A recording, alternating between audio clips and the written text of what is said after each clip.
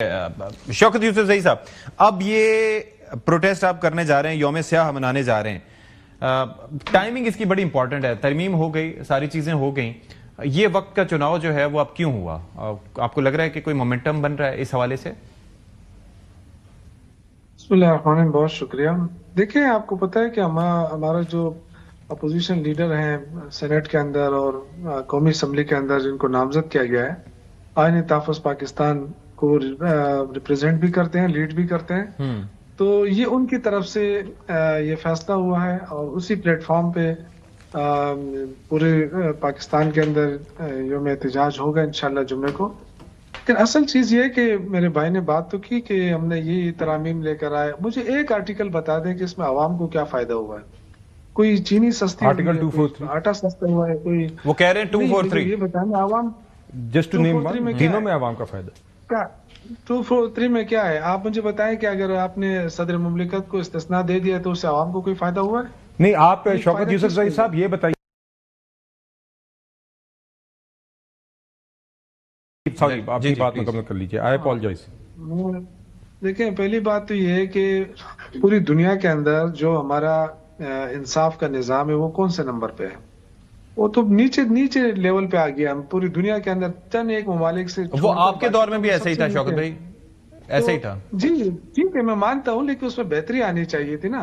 اب آپ نے آئینی عدالت تو الگ کر دیا، ٹھیک ہے، میں مانتا ہوں، چلو یہ قانون کا حصہ ہے، جو بھی آپ آئین کا حصہ ہے اس کو بنا لیا، لیکن سپریم کورٹ کو تو آپ نے بالکل بے وقت کر دیا۔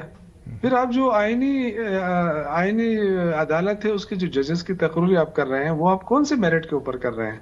یعنی آپ کی حکومت جو ہے وہ خود تجویز کرے گی کہ جی فلاں ججز جو ہے وہ ہو جائے، تو پھر ان سے انصاف کی کیا توقع ہو سکتی ہے؟ اچھا، لیکن شوکت بھائی میرا کویسچن اس میں یہ ہے، یہ میں چاہوں گا کہ آپ اس کو تھوڑا سا ایلیبریٹ کر پائیں کہ ایک تو تعیناتی تو چلو کر دی اگر وزیر اعظم کر رہے ہیں یا جو طریقہ کار رائج، لیکن ایک جج کا اوتھ بھی ہوتا ہے۔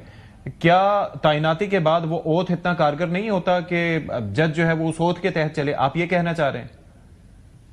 دیکھیں، اگر اوتھ پہ ہی چلنا ہوتا نا تو پھر یہ لوٹے بھی نہ بنتے اسمبلیوں میں، اور اگر اوتھ پہ ہی چلنا ہوتا تو پھر قاضی فائز عیسیٰ جیسے ججز وہ پھر جو کرتے رہے۔ آج میں دیکھیں نا، سپریم کورٹ پہ بڑا دل خفا ہو رہا ہے کہ اس کے ساتھ کیا ہوا، لیکن دوسری طرف آپ دیکھیں کہ یہی سپریم کورٹ تھی جو ہماری 90 سیٹیں مفت اٹھا کے ان کو دے دی، تو ان کے ساتھ جو سلوک ہوا تو میرے خیال سے اب یہ ریئلائز تو ہوا ہے، بہت سارے لوگوں کو ریئلائز ہوا ہے۔ یہ جو کہہ رہے ہیں ضمیر جاگے ہیں، تو ضمیر جاگ گئے ہیں نا، لیکن ضمیر کیسے جاگے ہیں؟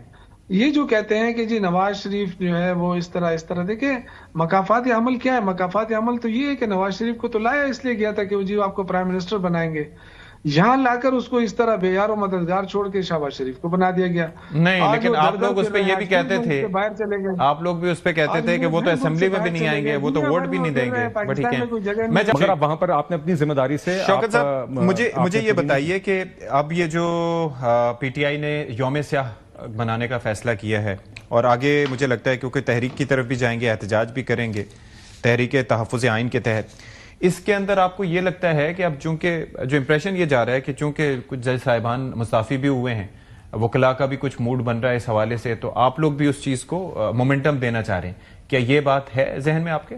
جو آپ نے پہلے بات کی نا اس پہ تو میں بعد میں آتا ہوں۔ میں یہ کہنا چاہتا ہوں کہ یہ جو اتنی بڑی انہوں نے اسٹرگل کی نا، یہ 26ویں ترمیم لے کر آئے، پھر 27ویں ترمیم لے کر آئے، پھر یہ جو لوگوں کو توڑا، اور اس سے حاصل کیا ہوا؟ آپ اگر یہ کہتے ہیں کہ ہماری سیکورٹی مضبوط ہو گئی، تو دہشت گردی اس وقت فرسٹ پرائیورٹی ہے۔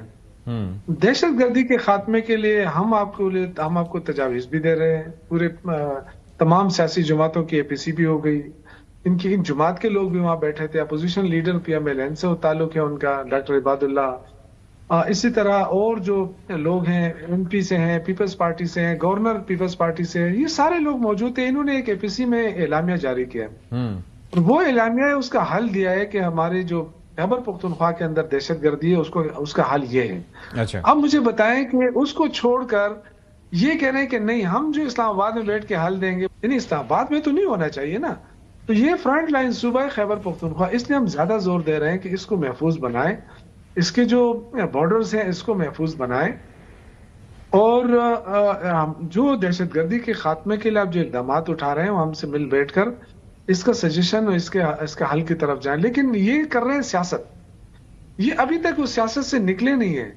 ایک سی ایم کو ملانے کے لیے 3 بار ہمیں عدالت جانا پڑا اور یہ کہتے ہیں عدالتیں فیصلہ کریں گی. عدالتیں کہاں سے فیصلہ کریں گی؟ انہوں نے تو فیصلہ کر لیا کہ یہ سی ایم کے پی کو ملایا جائے, عمران خان سے ملاقات کی اجازت دی جائے.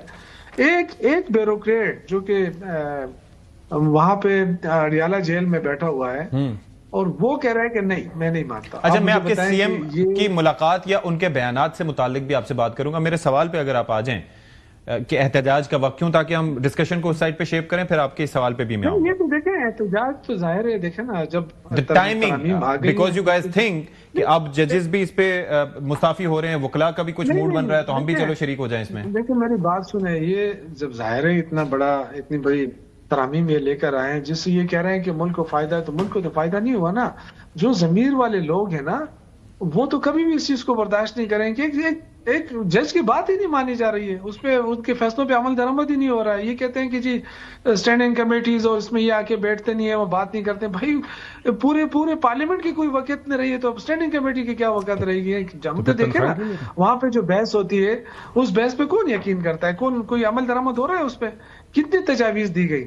ایک معمولی چیز نہیں, لیکن the question is کہ آپ لوگ اسمبلی میں موجود ہوتے ہیں, وہاں پر ہوٹنگ, شور شرابہ, باقی ساری چیزیں چل رہی ہوتی ہیں, وہاں پر پرکس اینڈ پریولیجز بھی چل رہی ہوتی ہیں, لیکن جب بات آتی ہے کہ کسی آئین سازی یا کسی قانون سازی یا ایٹ لیسٹ مسودہ دیکھنے کے حوالے سے یا اس پہ رائے دینے کے حوالے سے, تو پھر یہ کہہ دینا کہ یہ تو جی یہ لیجیٹمیسی نہیں ہے حکومت کی یا پھر یہ فائدہ نہیں ہے, تو پھر that's not the point. دیکھیں یہ غلط ہے. دیکھیں یہ احتجاج کا طریقہ جو ہوتا ہے نا, ہر پارٹی کا اپنا ہوتا ہے. ایک ہی چیز ہے, ہمیں پتہ ہے نا کہ پارلیمنٹ کو نہیں مانتے تو پھر باہر احتجاج کریں, اگر مان رہے ہیں تو پھر وہاں کی کارروائی میں حصہ لیں. It is as simple as that. ہم اس کے اندر رہ کر, دیکھیں ہم اس کے اندر رہ کر احتجاج کر رہے ہیں, ہم اس کے اندر رہ کر ہی بہتری لانے کی کوشش کر رہے ہیں. ہم نے پہلے استعفیٰ دیا تھا نا, سارے دنیا نے آپ نے کہا کہ جی نہیں آپ کو اندر ہونا چاہیے تھا, اب ہم اندر ہیں, آپ بتائیں مجھے کیا فائدہ ہو رہا ہے؟ اس ملک کو تو کوئی فائدہ نہیں ہو رہا, عوام کو کیا فائدہ ہو رہا ہے؟ قرضوں پہ قرضے چڑھ رہے ہیں. اس وقت آپ دیکھیں صرف اس حکومت میں کوئی 38,000 ارب 38,000 ارب کا قرضہ لے لیا ہے.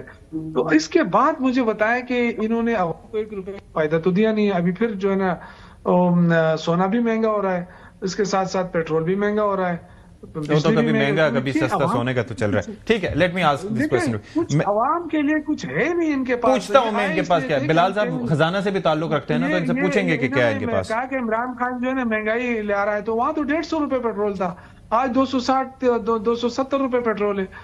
اور کوئی خاموشی ہے کہ جی ابھی ان کو یاد ہی نہیں آ رہا ہے عوام کے, جی عوام کے کوئی لانگ مارچ کر رہا تھا, کوئی ٹرین مارچ کر رہا تھا, کوئی دھرنے دے رہا تھا, ہم نے کسی کو روکا؟ ہم کیونکہ جمہوری حکومت تھی نا, ہم نے سب کو برداشت کیا.